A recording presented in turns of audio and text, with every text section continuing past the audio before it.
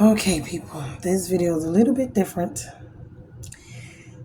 I'm about to get into some serious stuff here. I ask that you share this video. I'm asking everyone to share it. Okay, so I'm going to start at the beginning. Last year, what was it? October. I would say the beginning of October. I get a phone call from my son. Mind you, I'm in New York. So I'm living in New York now. I used to live in South Carolina, but I no longer live in South Carolina. So I'm in New York, and actually I'm in the shelter in New York.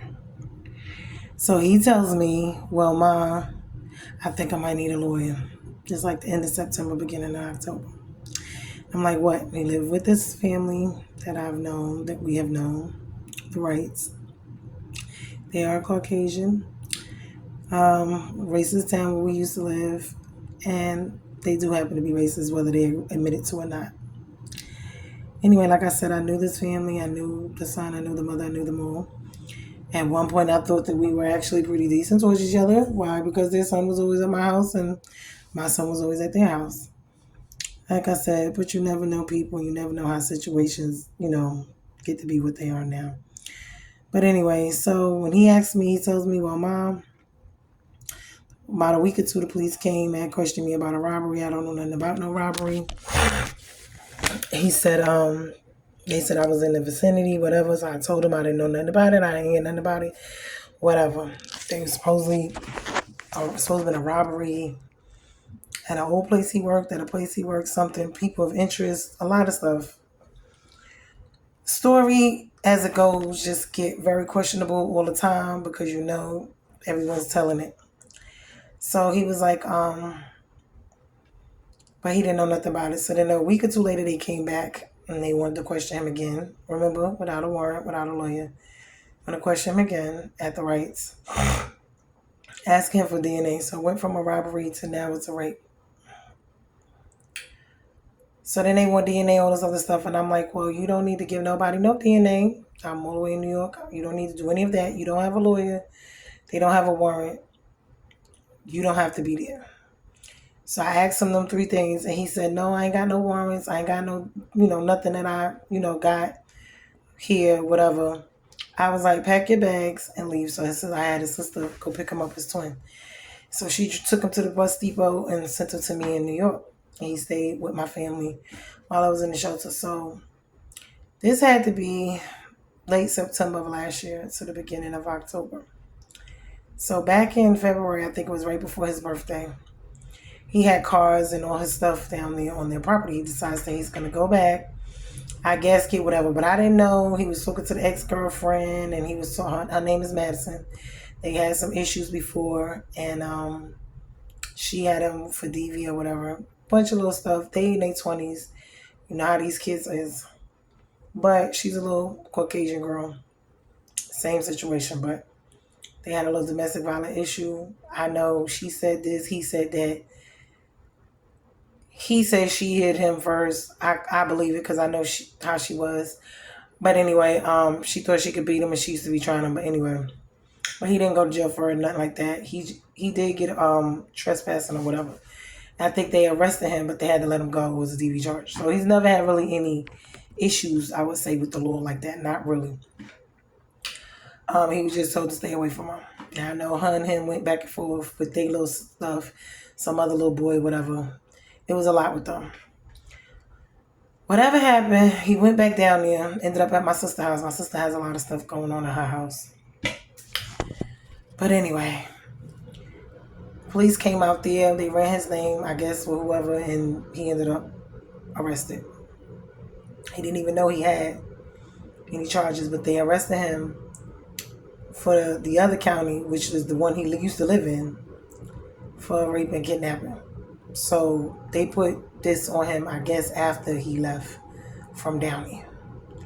So we were trying to figure out what's going on. So I goes down there and I'm trying to get information, and I've been trying to get his story out there for a minute now because none of it makes sense, because it went from a robbery to a rape. Now it's a rape kidnapping. Imagine my son never had nowhere. He never lived by himself. He lived with people. His 2 cars was not working at the time. Not really sure, but I'm getting bits and pieces about different things which really they're not adding up. Long story short, he's in there on $100,000 bond. I need to get his story out. It's hard to reach him. It's hard to talk to him. It's hard to visit him. This little town, Easley Pickens County Detention Center in South Carolina. First of all, anybody who knows about Easley and know about Pickens County, they are very racist. Even the lawyers and stuff that's down there that work in the area do not want to be bothered. I have been trying my best. He does have a what is it called, public defender, because his bond is at $100,000, and of course 10% of that is $10,000 all day. Finally got him a public defender because all of that happened. Finally assigned him Jeffrey Baldwin Zucksch. And he's at 864-467-8025 over there in Pickens County. So he's the public defender. The police have been trying to go get DNA from my son. They've been trying to do a lot. A lot is going on with this case.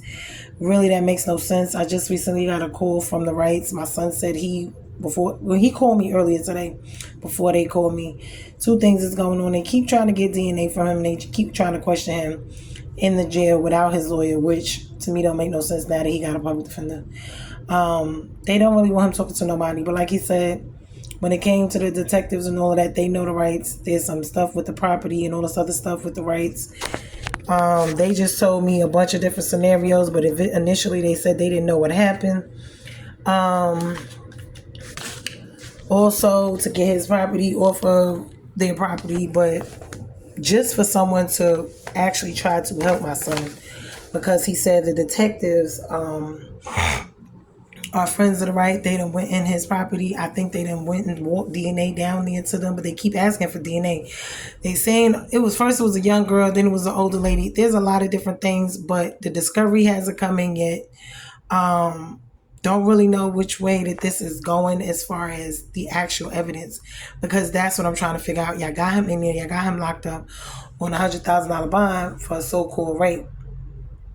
My first question was, when did they issue? When I first initially got down there, I asked them, when was his warrant issued? They said it was issued the date that he got down there. How you do that? That's number one, but they do what they want to do. Number 2, then they said it was August something. Then the 3rd time they said it was October something. Like I said, a lot of this shit don't make any sense to me. He still doesn't really know who these people and places and things are either. And the reason he don't know is because, like he said, initially they were saying that it was a robbery. Then it turned from a robbery to now he's in there for a rape and kidnapping. So, and I know charges can be crazy. They can be difficult. They can be whatever, but my son is innocent. He didn't rape or kidnap nobody. I know the Wrights was telling me, trying to explain it and tell me different things. They said they don't believe he did it. They say this, that, and the third, but then yet they were trying to take him down there to do this, and they telling me all the enemies he got and all this other stuff. I don't care about none of that. Don't put no rape and kidnapping charge on my child because you don't like him or because you're an enemy of his. Unless this is something he actually did to you, don't do that, because this is going to ruin his life. That is a special kind of hate. But he did tell me a lot of things that I don't want to reveal as going to help him with this case. But more than anything, someone needs to go down there and speak to him.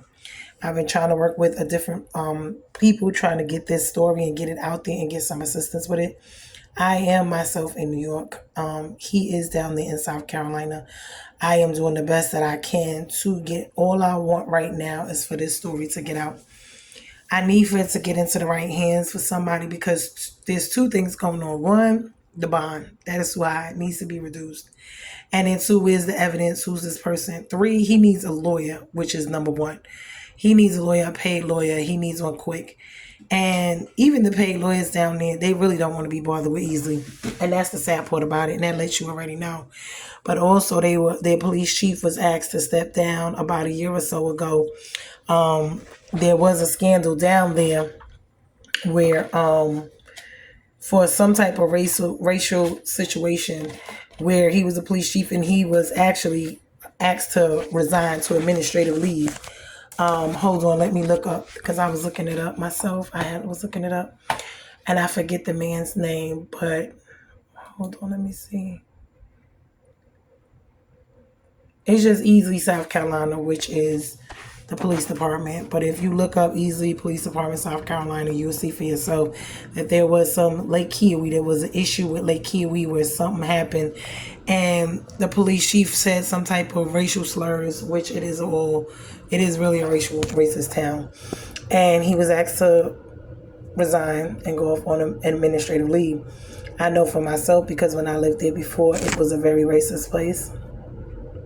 I know Easley is very difficult when it comes to situations like this. I am praying and asking God to help us. But more than anything, I need to get my son's story out there. I can't just sit around and let his life just go down the tubes like this.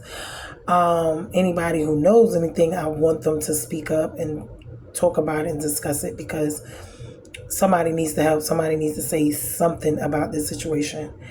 Let me see. His name is Najee Rocker, and he is in the Pickens County Detention Center over in Pickens County, South Carolina. This is the card he sent me for Mother's Day. Train up a child in the way they should go. And when they are grown, they will not part from it.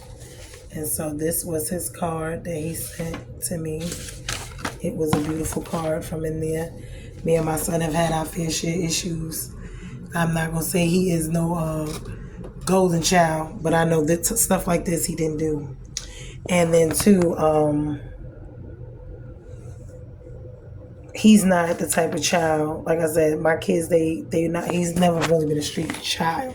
He's had his fair share issues and different things, but he's not a street child. And I just want justice for my child. I want it really investigated and looked into. I believe that they are, like he said, and like I already know, they didn't like him. They're doing the charges. They want somebody for it. They don't care who it is. We've seen this happen a lot before when it comes to our black youth. And especially in little towns like this, they're just swept under the rug. And these type of places, like I said, it's hard to reach out and talk to him, see him, put money on his book. It's hard to do a lot because you have to really go down there yourself. I think they just got up to a JPay system. He said they don't want him talking to nobody. They grabbed his laptop. Yeah, and then right after he spoke to me, you know them calls is recorded. So after he spoke to me, they called me. After all this time, they're calling me. All of a sudden, the rights. So it's just a lot about this case. Like I said, it really doesn't make any sense. I know my son is innocent. If they had told me he did something, anything else, I would believe that. I mean, not to say it like that, but when it comes to rape and kidnapping, no. If he had a fight with somebody, I could see that because he can, but stuff like that, nah. Not to say he temperamentic, but if you push him, so it's like, but anyway, I'm asking that y'all get this out to anyone. They could reach out to me on my page. My Yahoo is tabrox07@yahoo.com. That is my personal email. I do have this one for my YouTube. I don't know if I should actually give out my phone number or not, but just reach me by email for now, and then I'll go from there. But I'm asking everyone to actually share it, because the more traction that it gets, the better off that we are. I didn't ask for money, anything like that. Everyone, has their platforms and they do what they do. I didn't ask anybody for money, didn't ask anybody to bail or bond them out. All I ask for is that you share it. Like and share it. I did not create my page to do this or whatever. My page really was created before all of this. But being that I do have it, I need to use it, especially now for my child. Folks ain't gotta like me. They don't have to like him. He's innocent. And when it comes to things like this, we have to be mindful because this could be any one of us. And being willing to help one another at a time like this. I ain't gotta know you, but I'll share it. You know what I'm saying? If I like and share other stuff, I can like and share that. So I'm just asking that. And in the name of Jesus, I ask that it can at least go viral so I can get, not even viral, but if it can, it can. I need to speak to people that's actually going to be able to get involved and help on this legal end. I went to the NAACP. Like I said, I've reached out to Internal Affairs, FBI, the mayor of easily. I have been running up and down from a couple weeks ago, from down there to up here, trying to get help and assistance. Fox Carolina News, some Indian everywhere, trying to get his story out, trying to get the word out that he's black, he's innocent. Basically, they just charging him just to be charging him. Evidence wise, really ain't seen, heard, know of any actual evidence. Like I tell people, anybody can run in there and say you raped them. There has to be more than just that. And the fact that they keep trying to get DNA from him and without warrants, and it just doesn't make any sense. And with a case like this, depending on how long it takes for a rape kit to come back, he can just sit there. See what I'm saying? Because it takes time for that stuff to be processed. He's on $100,000 bond. So if they want to just do him dirty, they could just have him just sitting there. And with a public defender, that doesn't help because they just doing whatever. I've been reaching out to him. When the detectives kept going out to question my son, I done spoke to him about that. He hasn't went to speak to my son yet. My son has been sitting in there about 2-3 weeks now. Don't understand it. Like I said, I know people get backed up. I know stuff is whatever. When I did speak to him and I asked him about discovery, he said there is no discovery. They haven't given to him or sent him one yet, not that he know of. So I'm sitting here like, okay, because in the discovery is going to be the actual charges of who, what, when, where, how, and why. You can't just lock away a person and just not have anything. That's just a violation and put him on a $100,000 bond just because you don't like them. That is a violation of his rights. That's detaining him unlawfully, all of that type of stuff. So my thing is, I just need to get it out. The Wrights is who he was living with. Todd Wright is the husband. Kelly Wright is the wife. They were on drugs. Savannah Wright, Daniel Wright, which they all were friends when they were younger. And they live on Matt Lane in Easley in South Carolina. And like I said, basically, and they are, I ain't going to say a lot to you, they're Caucasian, but to me, honestly, I believe that they are racist. This I do believe. And they can say whatever they want to say, but I do believe that is the case. But anyway, please get the word out. Bruised, not broken. This is something that is serious. It is something that I'm tirelessly trying to do. It is something that I do have to leave in God's hands, but I can't just sit around and do nothing. I have to do whatever I can, here in the physical, in the natural, and in the spiritual for my son the best way I can.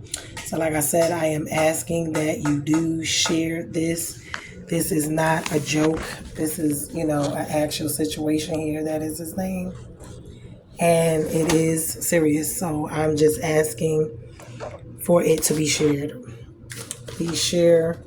Hopefully it could get to someone who can actually help, a lawyer, a firm, someone that has some type of, where they can start asking questions that could do better than I can. So I thank you so much, Bruised and Not Broken. Keep me in your prayers. Keep him in your prayers. Like I said, that card was everything. My son would not do this. This is what I do know. And we are doing the best we can with it. But be blessed. Thank you. Bye-bye.